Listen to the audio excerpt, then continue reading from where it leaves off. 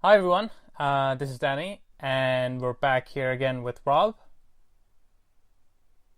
Hello. In this episode, we're going to be talking about our experiences getting diagnosed with ADHD as adults. So, Rob, let's start with your story.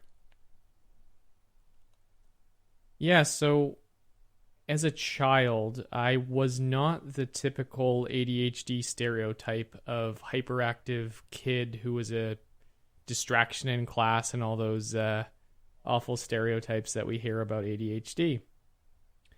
My struggles with ADHD were so not obviously ADHD, at least to me and the people around me and the adults and the teachers. It just seemed like I had an effort problem, or I didn't care, or those types of fun phrases that you might have heard as a young person with ADHD. And I was lucky enough to have my hyperfocus kick in at those stressful deadlines 2 hours before the paper is due type of thing. I would, finish that essay and get kind of a B. And that was a pretty handy superpower despite the tremendous amount of stress and negativity it caused me throughout my adolescence. I somehow tricked a bunch of people and got into a pretty good university. And I graduated within 4 years. So Wow. again, a lot of a lot of tricking professors and doing last minute deadlines that probably I could have avoided a lot of stress had I known that I had ADHD at that point. But of course, I was still undiagnosed. And every time I would do any piece of work, it was a constant struggle to just get started. And even if I did get started on some homework or some essay or some project, staying started and staying on task was a permanent chronic difficulty that I had. But I just thought that, hey, school's boring and I would rather be doing stuff in the quote unquote real world. Yeah. And so I got a job, and it was a good job. It was a job I liked. I was doing things that I enjoyed a lot. It was technology, and I love technology. And of course, those work and focus and concentration problems persisted.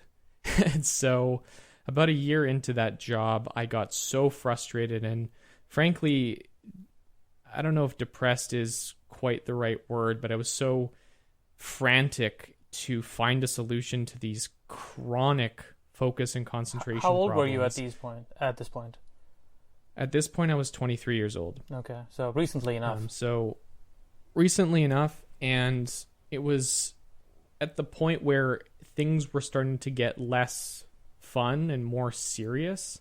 If you screw up an essay, you can still pass the class, and yeah, it's kind of funny, or you can joke about it, or it's not as dangerous, I suppose, or not as serious.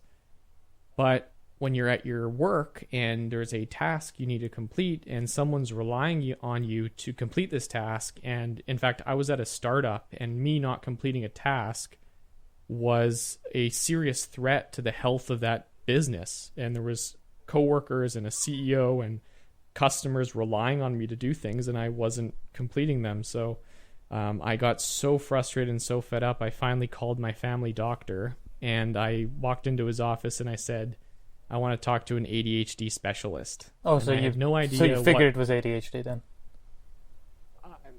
Yeah, it was kind of one of those things where I Googled the symptoms, and enough of them were in the right category that I just said, screw this. I'm going to go see a specialist. And if I don't have ADHD, well, then I'm going to go somewhere else because there's something wrong with me. This can't be how to live my life. Yeah. And so I walked into this, I don't even know what his title was. I think he was just a doctor who only saw patients with ADHD.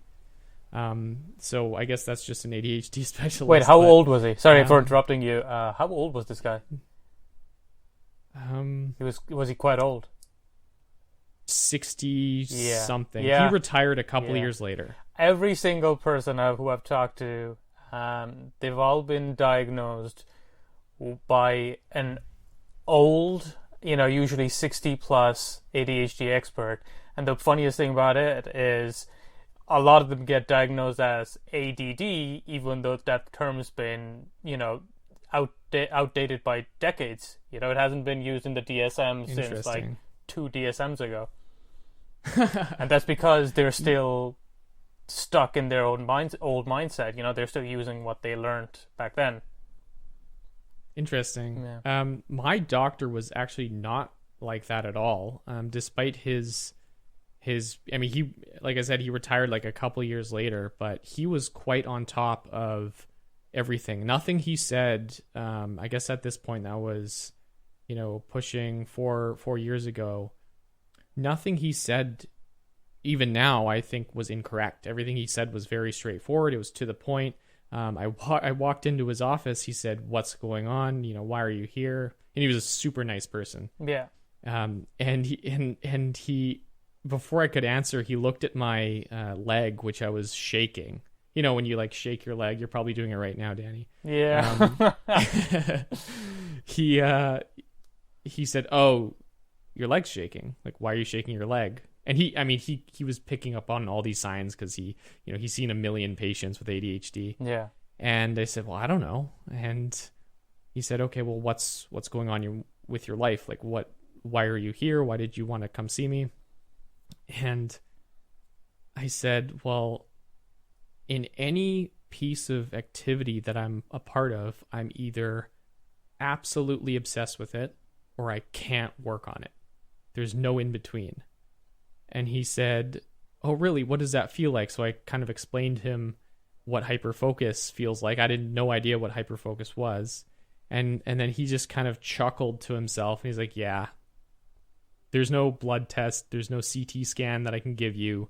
But everything you've said so far, from your shaking leg to your picture perfect description of hyperfocus, to your picture perfect description of burnout, to your picture perfect description of all these frustrations, leads me to conclude that you have ADHD. Now, let's go and try some stuff." And so we went through this gauntlet of all these different medications that he gave me, and he gave me these like free samples, so I didn't have to pay anything. And I'm lucky enough to be in Canada, where this whole experience to me cost nothing until I actually finally got my final prescription, and then I had to start paying. But it was kind of interesting to see, looking back now, that I think he was totally accurate in his diagnosis. Yeah. In that, obviously, I had ADHD, and he was totally correct in a medical sense to immediately go towards medication, because medication, if you do the meta-analysis or you do the large studies, you can see that the most effective treatment for ADHD is stimulant medication. So of course, if you think about it from that logic, he did everything perfectly from a medical standpoint. Unfortunately, my only criticism of this person, and again, this was a tremendously nice, tremendously empathetic and wonderful doctor who helped me a lot. But my only criticism for him is that he never talked about any type of strategy. He never said, in this situation, what you should do. And if you're hyper-focused, you should try this. It was just about, let's try the medication. Yeah. And if you're doing well, then, I won't see you for a while. So, that was the experience. Now, after I had we went through some medication, and some of it gave me horrible anxiety. Some of it didn't work. We finally found one that worked for me. And the difference between me on the medication that worked for me and me not medicated was just everything started to click. Now, like I said, I had no strategy. So everything clicked, but not necessarily in the right direction. So at work, when I couldn't get started on work, I can now get started on work. I just wasn't starting on the correct work, or the work that I was very nicely and diligently working on now was not organized. It was disorganized. It was maybe even too early or late past the deadline. So that whole meta game of organizing your work and building a strategy, that was non-existent for me. And that took me a lot longer to understand. But from the point of me being this frustrated early 20s person who could not get started on work, to this now person who could really, really focus, not necessarily on the right things always, but could focus, was really a night and day difference. Yeah. So that was how I discovered I had it, how I got diagnosed. And the resolution is this kind of opened up the door to me learning much more about my ADHD, talking to people like Danny, doing podcasts, reading books, maybe even writing a book, who knows.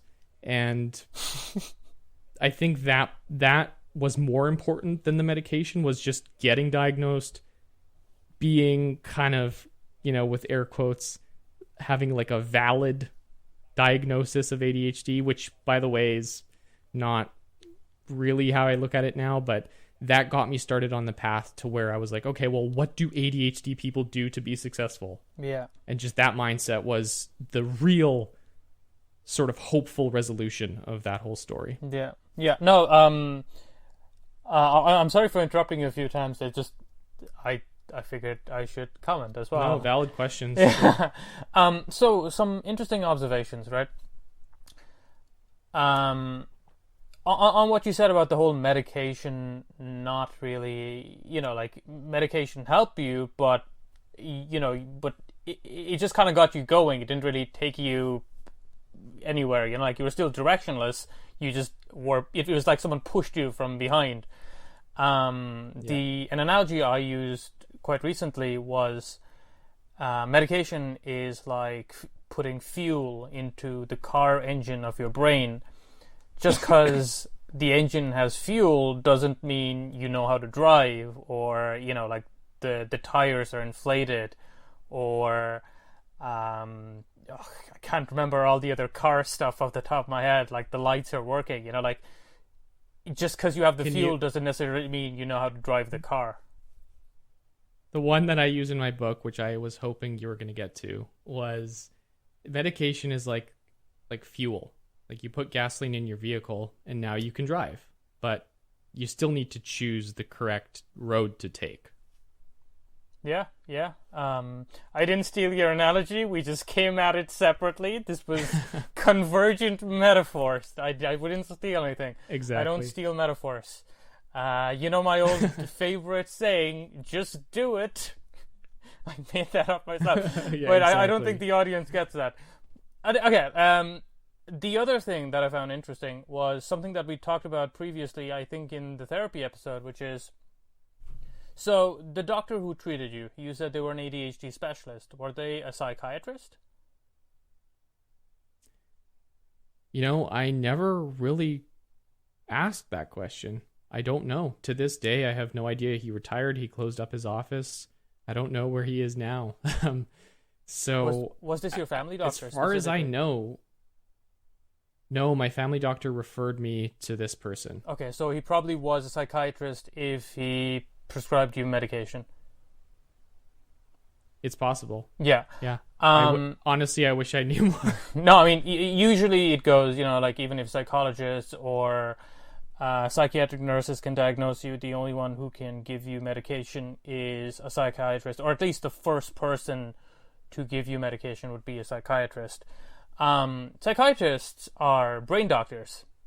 They deal with the physical brain, and the brain chemicals. So he did his job, which was to give you medication which would help you with the issues in your brain. Unfortunately, the treatment isn't holistic. It's really funny. A friend of mine had very severe anxiety. He was given anti-anxiety medication and he just kind of broke down. And the reason he broke down was he was in his mid-20s, and up to then he had been doing everything with, being driven with his anxiety. And suddenly he didn't have his anxiety anymore, and he just didn't know what to do. It was like he was given a new brain and just told to deal with it. It's just like given new legs and just told to, start walking. And you're like, I don't know how to use these things. I should have said wings. That would have made much more sense. Yeah, it's like if someone grafted wings to your back. Imagine I said this. Forget about the old metaphor. And, you were just expected to start flying suddenly. So, no, it's exactly as you said. You were used to your ADHD brain for 20 odd years.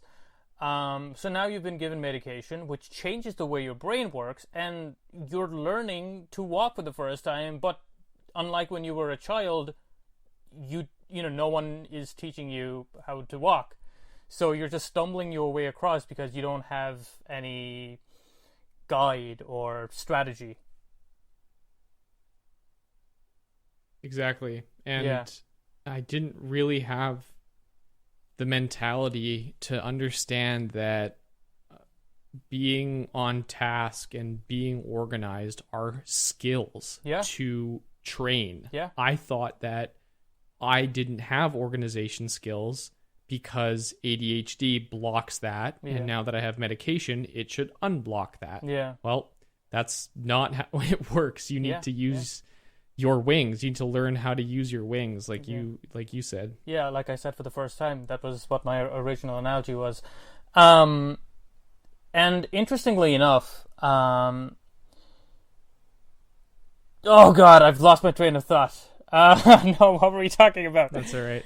It's I won't cut this from the podcast. Talking about using your wings. It's 9 p.m. where I live currently, and my medication is probably nearly worn off because I take it at like 11. Oh God, no! We have to cut this. Oh no! Don't stop your recording. I'll get to it. We talked about medication. We talked about your wings. Fuck it. I'll move to my story. It'll come back to me. See, guys, this is why medication is useful. I can't even think properly. So I think I've mentioned this story a couple of times to anyone who follows me, well, wherever I post this. Oh, now I remember. The thing I wanted to point out. You were a white boy, like the old stereotype. But still your ADHD wasn't caught because the stereotype is a hyperactive, white boy running around. So even the stereotype hurts the people it's supposed to be relevant to, I know you weren't hyperactive per se, but there is obviously like a racial thing as well. But even that didn't help you because the stereotype is so rigid, and like it makes me laugh because you have hyperactive little boys who get diagnosed with ADHD, but even they don't get the necessary treatment because people just think ADHD is just being hyperactive. Yeah, and I fit every piece of the criteria except the H part in ADHD. Yeah. Well, now you know that there's mental hyperactivity as well, so yeah. Okay, Danny. So, what was your story? So my story.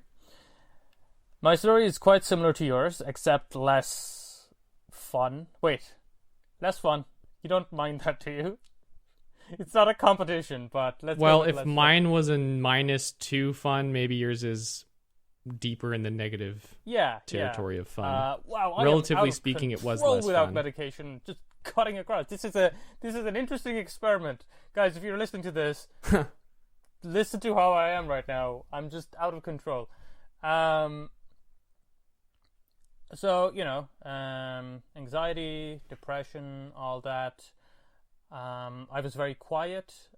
Depression suppresses ADHD symptoms, so I had none of the super, talking, none of the chaotic emotions. I just had the hypersensitivity and, the depression and anxiety, as I mentioned before, and I was just sad. But fortunately, the heavy external structure of school kind of meant I still fared okay. And I would be what people would call the quote-unquote gifted child. I resent that title just because of how incredibly mentally unhealthy I was. It just feels like an insult if someone says it. Oh, you were a gifted child. Just like, yeah, but I also wanted to die. So, not really, it doesn't really mean anything to me. So, school was fine, but then I got to university, and for the first time, I didn't have the external structure anymore. I didn't have to go to class. I didn't have to submit my assignments. I didn't have to do anything. And, first year was difficult. It wasn't horrible, but it was difficult.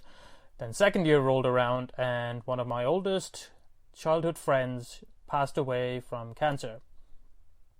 Now, back then, I didn't really feel anything. I didn't cry. I visited her, like the day before she passed away. But I didn't really feel anything. People were crying around me, and I thought to myself, am I not sad because I expected this? She was getting worse, so did I kind of like ready myself?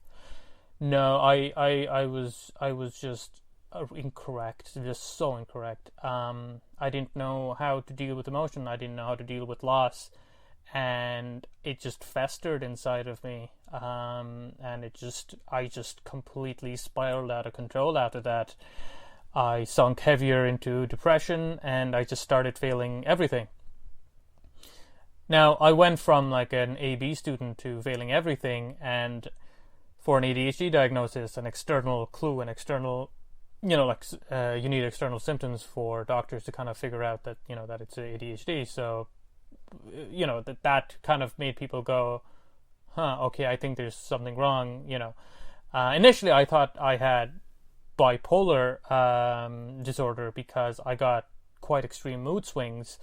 I went to my doctors who said, no, your mood swings, they're too rapid to be even the most ultra rapid bipolar one.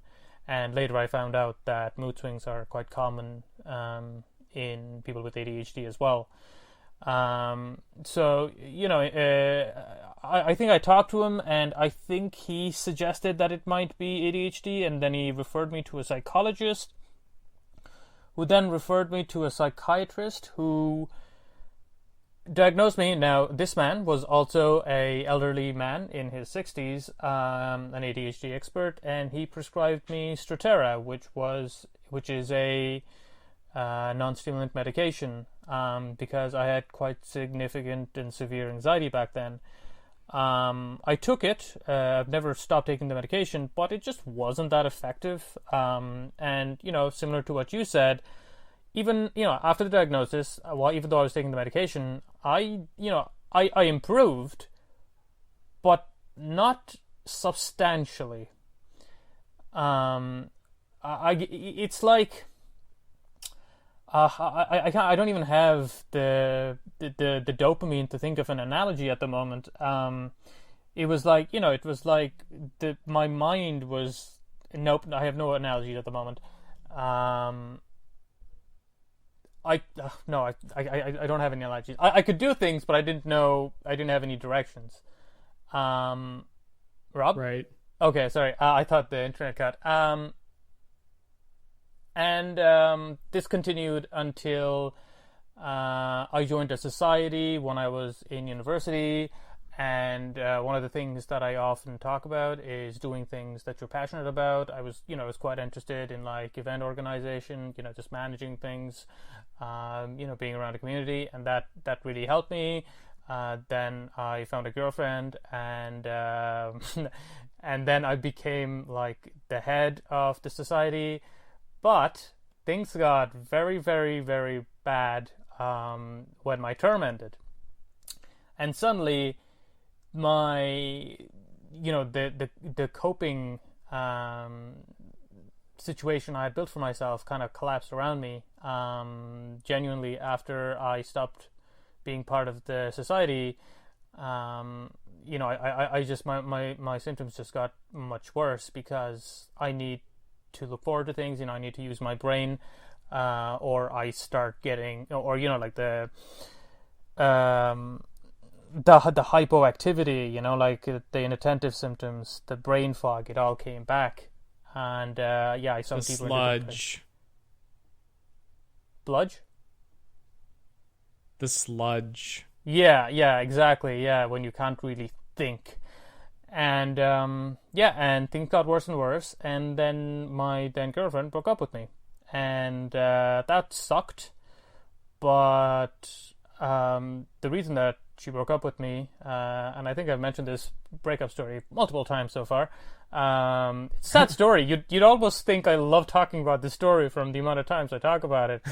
But it's just, it's the turning point in my story, which is when we have, some mental health issues that we've been experiencing for a significant period of time, or since birth.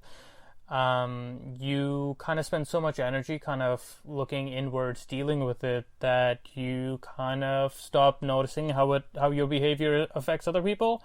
I mean, yeah, sure, I was hurting, but I wasn't taking into consideration how my actions were hurting, like, my family, or then my girlfriend. Like, she told me later that she literally used to cry beside me, but I'd never notice because I would be on my phone because I needed to distract myself. Yeah, I was feeling bad, but, I was in a relationship. Naturally, I had to kind of, be there for my girlfriend, talk to her, kind of like, make her feel better. But I never noticed just because I was so withdrawn and kind of distracting myself. And, when she told me that, it hit me that my actions were affecting my loved ones, and I realized I had to do something to change myself, so I wouldn't really hurt other people in my life. And I used that guilt, I used that anger at myself as a driving force to motivate myself to better myself. So it's that's my story as well. But I think it's quite interesting that both of our diagnosis story came in two parts. This wasn't planned, but it came in two parts. There was the diagnosis, and then there was us realizing that the diagnosis and the medication isn't the full answer, and we need to learn how to cope separately. It was really interesting that both of us had two distinct parts of that story. Well, and I assume that that's not that different from a lot of people who are unsatisfied with just their diagnosis. What percentage of, let's say that now, of course we'll never be perfect, but now you're at 100%. What percentage was the contributing factor from the diagnosis plus medication? And what percentage of your overall mental well-being was from all the rest of the stuff that you had to learn? Do you have percentages like that? Because I can't really explain mine in that way. Do you have yours? Yeah, mine was probably 20% was the medication and diagnosis, and then 80% was everything else that I had to learn. Okay. Actually, I would probably say something similar. The little caveat I had in my head was meds. I wouldn't really say meds helped me do that much to begin with. It's just meds plus learning to cope and, therapy and counseling and all that together made quite a difference. But just meds by itself didn't really do much. It's like the whole, diet and exercise kind of thing. If you just change your diet and don't exercise, it's not going to do much. You need to diet and exercise if you want to kind of like control your weight or whatever. Yeah, and that initial 20% of getting diagnosed and getting medication kind of unlocked the 80% as well. Yeah. Like I don't think I would have gotten here had I not.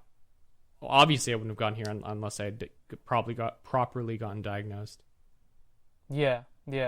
I mean, no, not to say that medication is bad. No, in fact, the exact opposite. Medication is amazing. It's fantastic. I highly recommend it to everyone with ADHD. It's just medication by itself or a diagnosis and the subsequent medication isn't the whole story.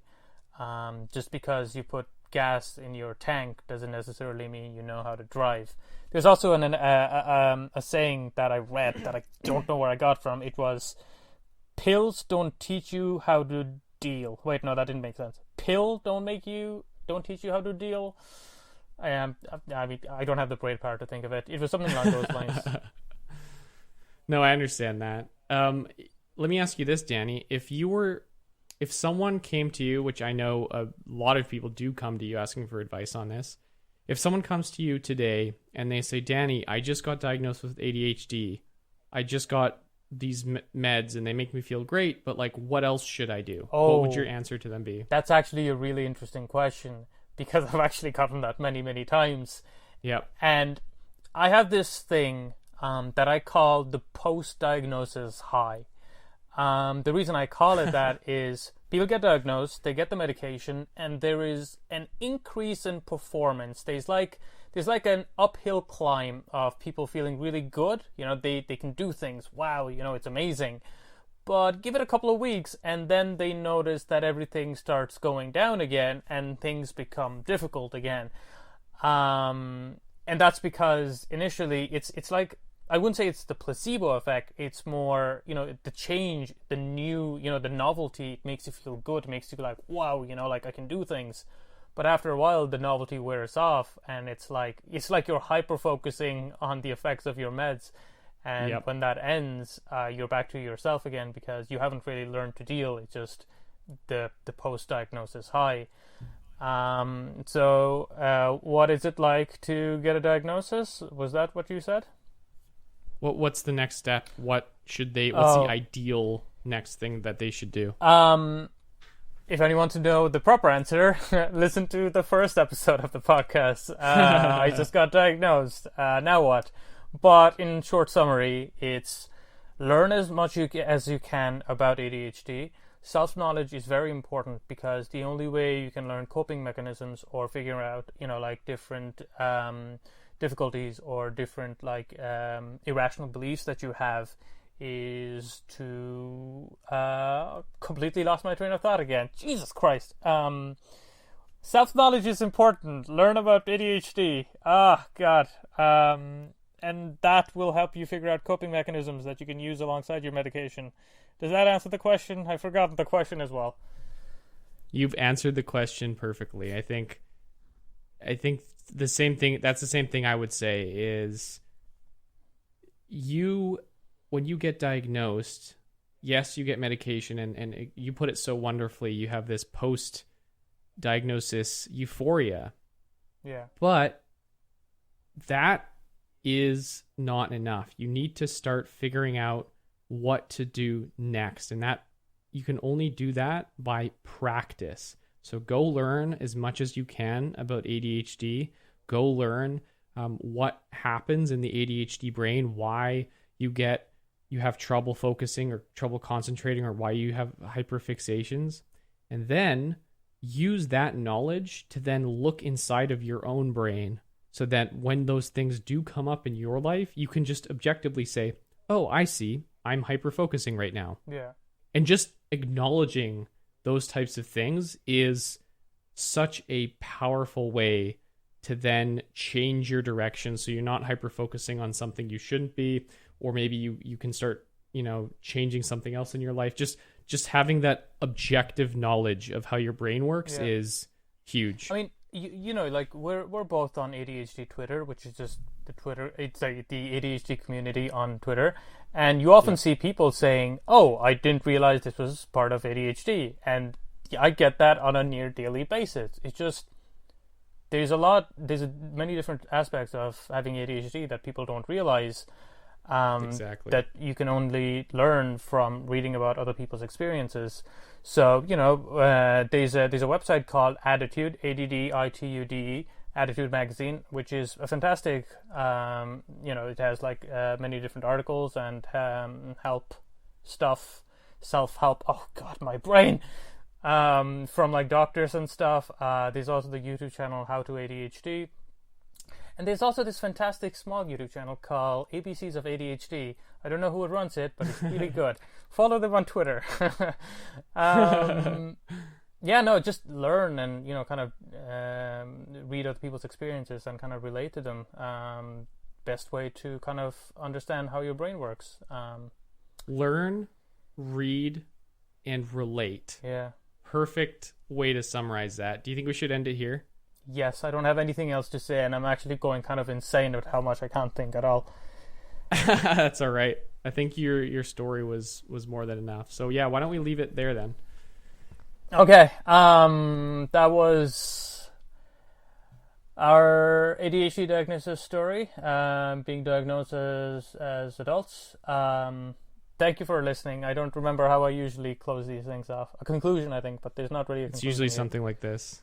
Oh, okay. Fantastic. Thank you for listening. Okay, great. Okay.